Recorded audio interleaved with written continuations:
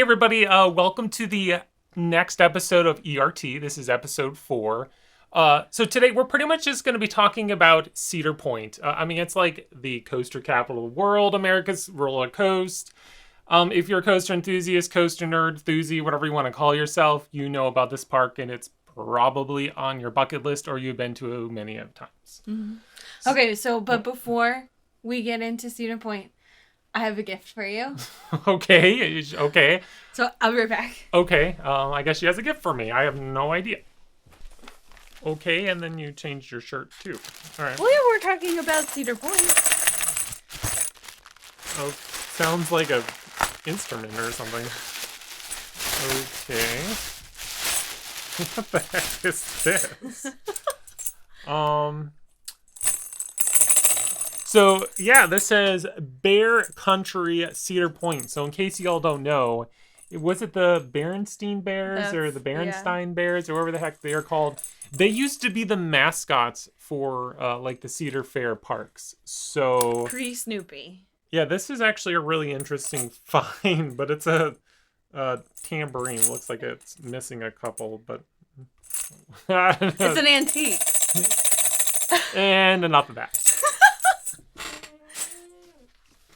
Okay, that was hilarious. All right, so yeah, Cedar Point. So we're just gonna kind of break down like the positives, the negatives, the pros, the cons, whatever you want to call it. Because let's just face it, Cedar Point, as I said, if you're like a enthusiast, coaster enthusiast, whatever heck you want to call yourself, I kind of feel like you're sort of like you'd have like what we would call like what beer goggles on, like you're just going to like love everything about the park or something like that. And not to say that there's lots of stuff to love about the park, which we're going to highlight that, and we're also going to talk about the negatives because, I mean, there's negatives. I know that's what I do as a shocker, but when I review things, I kind of have to talk about the positives and the negatives. I know I get so much hate because how dare I bring up like negative things in my reviews? I'm such a negative person. Especially about Cedar Point. I mean, yeah, I know, but so let's just jump it in. Let's just start off with some of the things that we love because you have it down as love and hate. So, the first thing is the new restaurant. It's funny, as much as we love this new restaurant. The first thing on your list is the new restaurant, yes. Not the roller coasters or the it's atmosphere the restaurant. or anything. Do you remember what it's called though? Nope. It's in Frontierland, or it's not Frontierland. It's back in the I don't know because that's Disney. The old car, yeah, the antique cars. car ride used. I can't think of what it's called, but I'll be honest, truly honest. That restaurant has the best theme park food I've ever experienced, hands down. And that includes, like, I've been to some nice, quote-unquote, Disney sit-down restaurants. And I thought that, like, steak, or even even the potatoes and stuff, like, it's, you know, it's kind of like the old-fashioned, whatever, like, mean potato stuff. But that steak, I thought it was really good.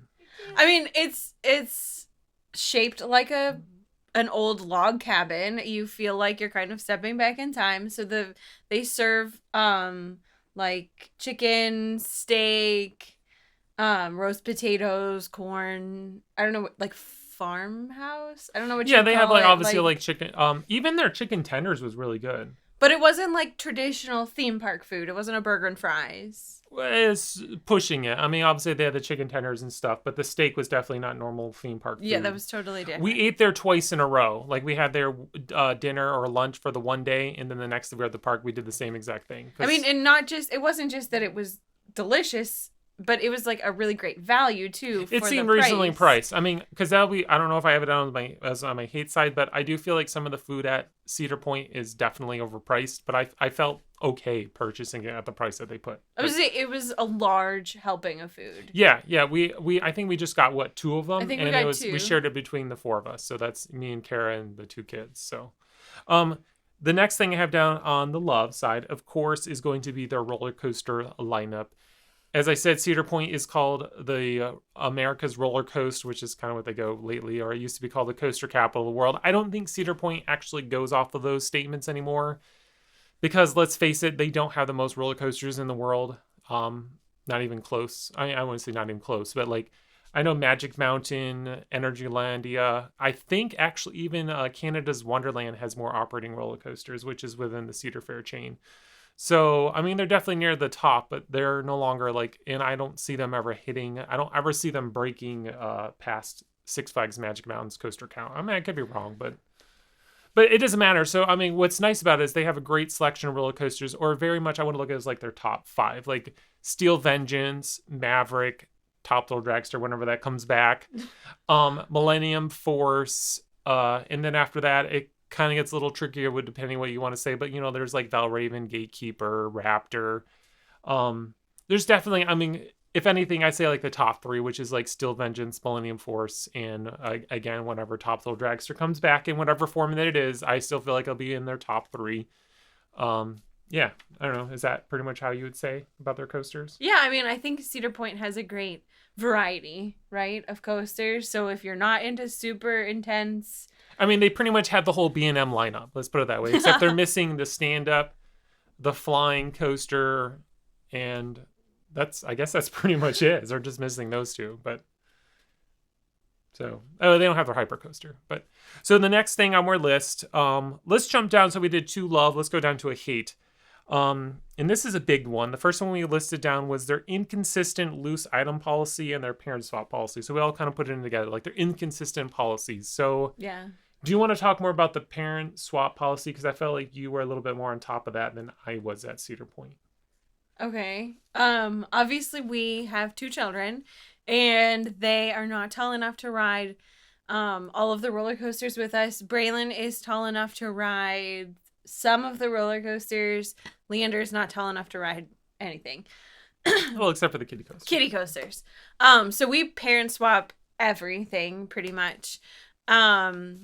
And yeah, I mean, we've done it so many times at so many parks that we just have a good feel of what parent swapping looks like. But we had a really great conversation with a family on the train the last time we were there that had little kids and they had never parent swapped at all. What makes Cedar Point so crazy, though, is some of their roller coasters, they all have slightly different policies when it comes to parent swapping. Most parks, it's the same across the board, but Cedar Point, it's a little different. Like, right, well, that's what had deterred this family is that... Well, I don't know. They never even knew what it was, so we don't need to throw them into this. But they just didn't really understand how to do parent swapping at all. But Cedar Point would make it a little bit more confusing. Well, right. It was confusing. And it was confusing to try to explain to them, oh, well, when you go to Millennium Force, you go up the exit, and this is where they put you in the line. Oh, but when you go over to Gatekeeper, this is how the parent swap works.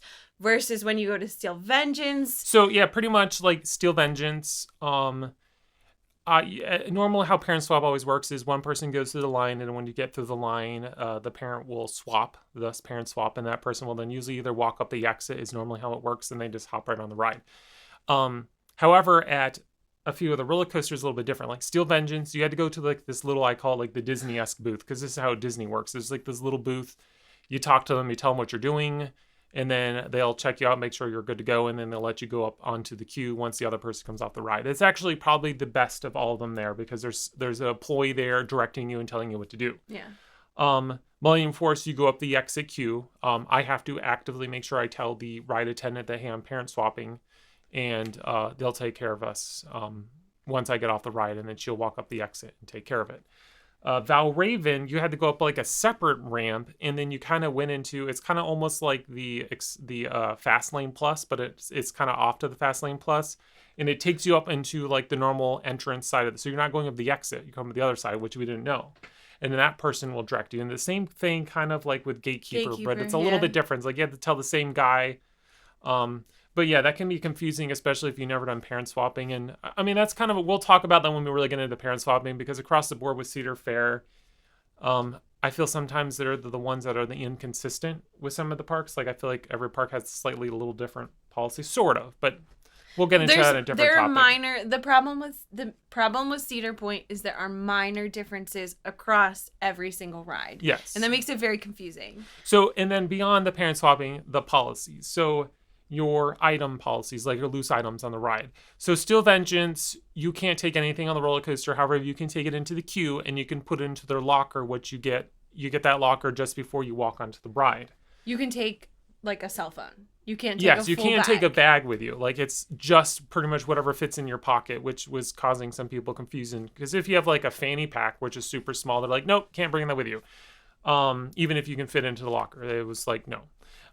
Millennium Force, again, you can't take bags with you at all, but you can bring your cell phone, whatever they can keep in your pocket, and you're fine. Mm-hmm. Valraven, pretty much sort of the same thing. They have Valraven has they have boxes. Yeah, they have boxes on the other side. Same with Maverick. Maverick too. Top Thrill Dragster, when that was operating, that was another ride that you couldn't have any loose items with you. They didn't have nothing in the station, so it had to be secured on your body or left in a locker. So that's the problem at this park. Is just like a lot of roller coasters, like, oh, this one you can take into queue. This one you can't take anything into the queue with you. This one, well, you can take it into the queue, but you must put it in the locker. Or, so yeah, it definitely causes some confusion. Or like, you can take a bag with you, and you can put it into the box on the side. Or this ride, nope, you can't take a little bag with you at all. So well, right, and it's obviously it's not clear at the base of the ride when you're going into the queue whether you can bring your very small fanny pack with you or not. At least Steel Vengeance or somebody there directing you, but it is kind of frustrating as you as a guest that you think one policy per ride. I mean, I understand there'll be some rides a little bit different, but it just feels strange across the board. Like, I think on Iron Dragon, they let you actually take the bag with you onto the ride and put it at your feet. I could be wrong with that one. I don't remember. But nonetheless, it is. But we watch people literally all the time walk up like they're going to get on the ride, and then the ride attendant at the entrance of the ride turns them around and tells them they have to either go put their bag in a locker or whatever. And people just stand there confused because they're like, but I just rode Maverick and I took my bag into the station and put it in the little box. Yeah. Like, wait, I can't do that over here at Steel Vengeance, and people are just confused. So yeah, the policies. And then the next thing I had down was we said a lot of filler coasters. So as much as we said their coaster lineup, we got to look at the other opposite side. They do have some roller coasters that I consider are kind of like, I don't know, like, I just wouldn't ride every time I go to the park. Like Cedar Creek Mine Ride, Iron Dragon, Blue Streak. I know there's fans of Gemini, but I don't know. It's kind of like a hit or miss for me. I'll get on it. Same with like Rougarou. Corkscrew, yeah. It's kind of like, I don't see any reason to ever hop on that ride. I know a lot of people are a huge fan of Raptor, so I'm not going to put it at the bottom of the barrel. But to me, I'm not like a big fan of Raptor. I appreciate for what it is, but I'm trying to. I don't even remember the last time that you ridden Raptor. The line always feels like it's way too long. Yeah, usually when we're over the front of the park, we always kind of opt for it. Well, Gatekeeper is almost always a walk-on, so we always just head over to Gatekeeper. I was saying, I like Gatekeeper. Yeah, it's fun. I mean, I think my problem with the Raptors, I have some, like, the restraints never really seem to be, they always seem to be, like, really loose or, like, super tight against my body, and they usually end up, like, crushing me, so I'm just like, nah. It's because you're so tall. Sure. But yeah, that's the other half of the sign. So let's go back to another love, and that's actually, we're going to call it the island, which is it's like the Expedition Island. I'm sorry, I keep forgetting what it's called, but they have that little island, which is where it used to be called the Millennium Island or whatever. It's just this nice little area for the whole family just to kind of go and chill and relax. Yeah. Like, they have this giant playground, and it's actually an impressive sized playground. It's huge. Yeah. It's like kind of really like huge. What do you call it? Like a kid's rope course type thing? I Yeah. don't know. And there's actually food and beverages back there because it is a little ways from the rest of the park. But there's some little nifty things you can do, and there's also like this storyline that you can follow through. Which is hard to follow. You can talk to all the random people, but that just wasn't kind of our vibe. We sort of listened in on a couple times, and you could see how the story kind of played out at certain points, but it was kind of like, okay. It is very interesting, though, because it literally, once you go back there, I mean, it feels like you left Cedar Point. Like, you can still obviously see the coasters. You can see Millennium Force really up close and personal, but it feels like a totally different section. Like, you left Cedar Point and entered a whole new world. It's weird. Which is why we actually have this on our hate list as well, because it's crazy. I mean, it is nice. It's relaxing, especially you get the kids away from everything else, and it's usually pretty quiet back there. Like, even at the playground, there's not a ton of people, because the main reason is it's not exactly that easily accessible. Like, to honestly enter this section and then get over to like the playground, it's like, what, a 10-minute walk? It's a hike. Feels like it might not be that long, but because you kind of have to walk through the one section and you go around to like where the waterfalls, or you can do that like raft thing. The raft. I don't even know what to call it, but I didn't realize you have to like use a rope and you pull yourself across the water. It's like, have to okay, work for it. yeah, that kind of stuff. But I mean, it's definitely fun. Don't get me wrong, but if you're there for the roller coasters and you're just kind of there to check it out, I mean, it's a huge detour to your day. Like, it'll easily suck an hour out of your time just by walking back there and then trying to get back out. But if you're into photography and videography and stuff, it's one of the best places to get some amazing shots of Millennium Force. So I'm just throwing it out there. That's one of the main reasons why I like going back there, because you get to see all the cool angles of Millennium Force. Are you sharing secrets? Should we Yeah, share we're those sharing secrets? Don't tell anybody. Secrets, but yeah. So let's go back to some more of the loves, and that's, we're gonna say, the hotel. So there's the hotel breakers or point breakers or whatever the heck it's called, and then the log cabins, the campgrounds, which is I'm so bad, we're here talking about this stuff and I can't think of what the name it is, but it's like I can't think of what it's called. Can you think of what they call their camp? It's like Camp Cedar or something. I don't know. But we actually haven't stayed in the hotel. Every time we do it, we ended up going over to we stayed at their indoor water park, which is Castaway Bay, which is off the peninsula. But just because the kids really like the indoor water park, it's a nice little excursion. So it's a nice little thing. And then the log cabins, which we really loved. We really loved. It's there on the peninsula. You have this amazing view of the water. And it is a little bit of a hike if you want to walk into the park, but there's shuttles running around and you can just hop on a shuttle and they'll take you right over to the guest entrance, which is over by Magnum.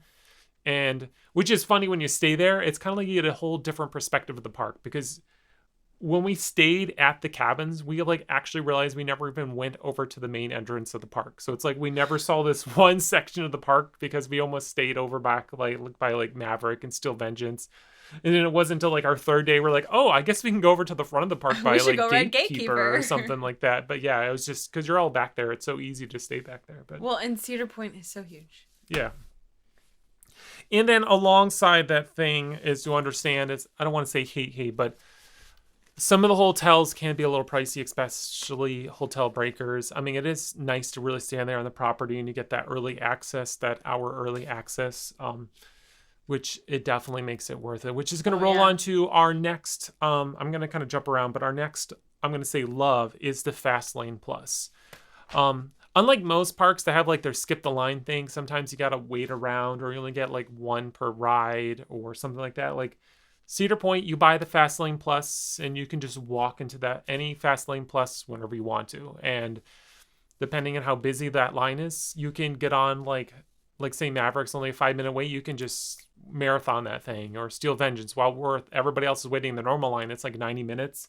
You can be on and off in like 10 minutes and just hop right on again. But so, I mean, it's always super nice, right? But it's also it falls negative. Into the negative category. We also put it in negative because it's kind of like this necessary evil of the park, because unfortunately, unless you hit there on like the perfect day where the park isn't really that busy, which is kind of rare, because even during the weekdays it can get pretty busy. And if you're new to the park, you're almost never going to get on the roller coaster. And especially if you're like us, when we go to a park, we take video, we take photos, we have 2 kids, so we got to make sure we're getting on the rides that they want to enjoy.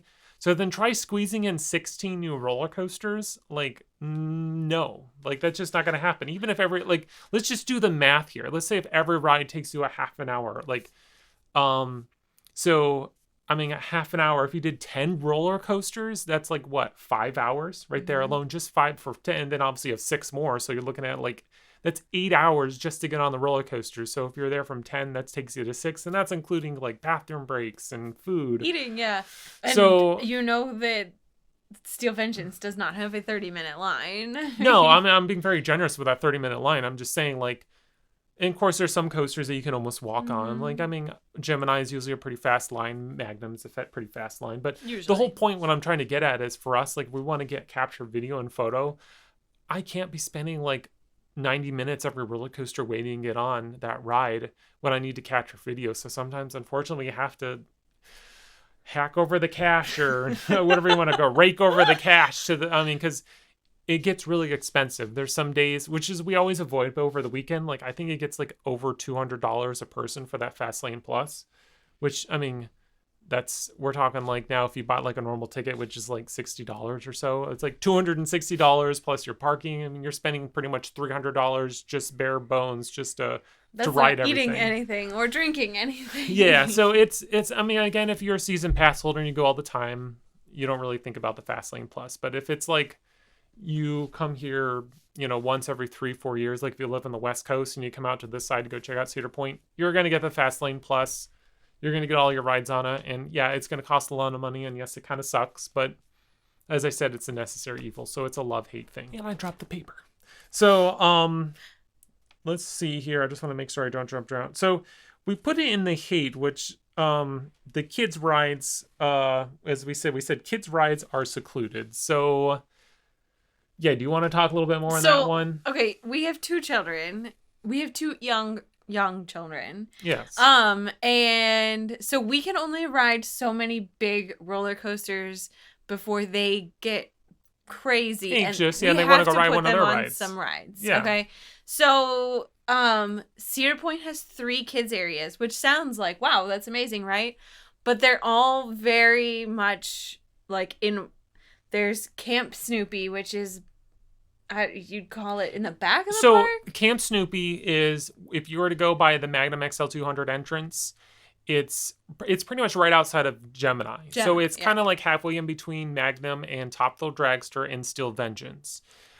And Cedar Fair in general has like this obsession where they're just like to stuff all of their kiddie rides into one area. So the problem is once we enter one of these kids areas, it's very difficult to get back out of it. Yeah, I mean, because you're there and rides and rides and rides and rides, and so like you go from the cars ride over to the monster truck ride over to like the kiddie bumper cars, which there's nothing problem with it, but I guess our best what we like is like, okay, like Busch Gardens Williamsburg. They have quote unquote like kiddies area. Like there's the Sesame Place area, which is probably like their biggest kiddie area.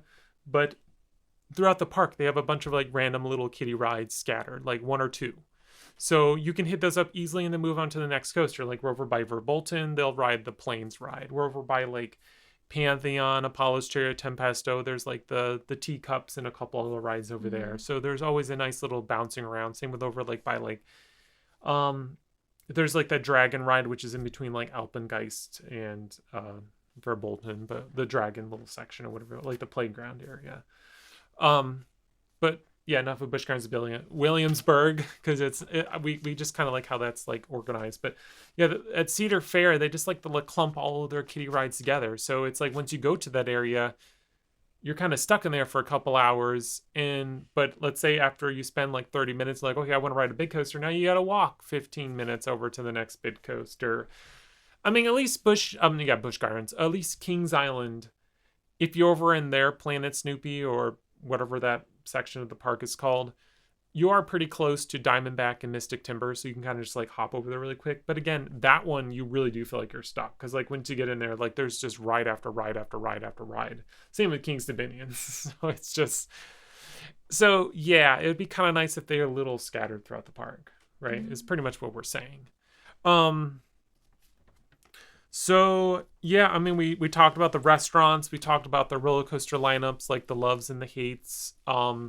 We talked about the hotels, we talked about the island, the expedition, whatever it's called, which I don't know, maybe I'll put words and tell you what it is. The hotels, yeah, I'm already kind of repeating myself, but so yeah, I mean, that's pretty much it. Like, there's a lot of stuff we love and a lot of stuff that, I mean, could be improvement on. I mean, so do you like Cedar Point? Yes, we still love Cedar Point. I mean, honestly, of all of the parks that we go to, this is one of the parks I always get really excited to go visit again. I always feel happy going here. Like I said, they have a nice solid top 3, top 5 roller coasters, which truly, honestly, that is how a lot of parks are. Like a lot of times you're lucky if you get like 2 really good roller coasters, and Cedar Point has like 2 fantastic roller coasters. So yeah, that always makes it exciting, and especially as they're right next to each other, Maverick and Steel Vengeance. So yeah, I mean, it's a great park. Again, we can always look past the narrative, but there's, certain things to be concerned about. I didn't mention it, but the season passes. So if you live in the area, like if you're only concerned about going to Cedar Point, like their gold pass is really not that bad. It might be a little bit higher. I know at their deal point, it was like $100. So if you think about it, that's like 2 visits and it's completely paid for, especially living in that area. I mean, it's a great value. Cedar Fair, they have their Platinum Pass, and I think it's $220, which I think is a really good value because there's a lot of great parks, especially for us. So we live near Pittsburgh. So Cedar Point is about 3 hours away for us. Kings Island is about 4 hours, 4.5 hours away from us. Kings Dominion is about the same. It's like about 4 hours away from us. Um, Dorney Park is about 4 hours away from us. So we have like this nice solid lineup of Cedar Fair parks nearby that we can just go check out. So like the Platinum Pass, it seems like a no-brainer because we'll go to Cedar Point at least once a year. We'll go to Kings Island like once a year. We might go down to Kings Dominion next year. I know we went there. We went there once this year, right? Mm-hmm. Yeah. And we were there twice. We went there last year. once, but in twice at the same trip. We kind of added on as a bonus on our way home because why not? We could. But yeah, I mean, I think it's a fantastic deal for that $220.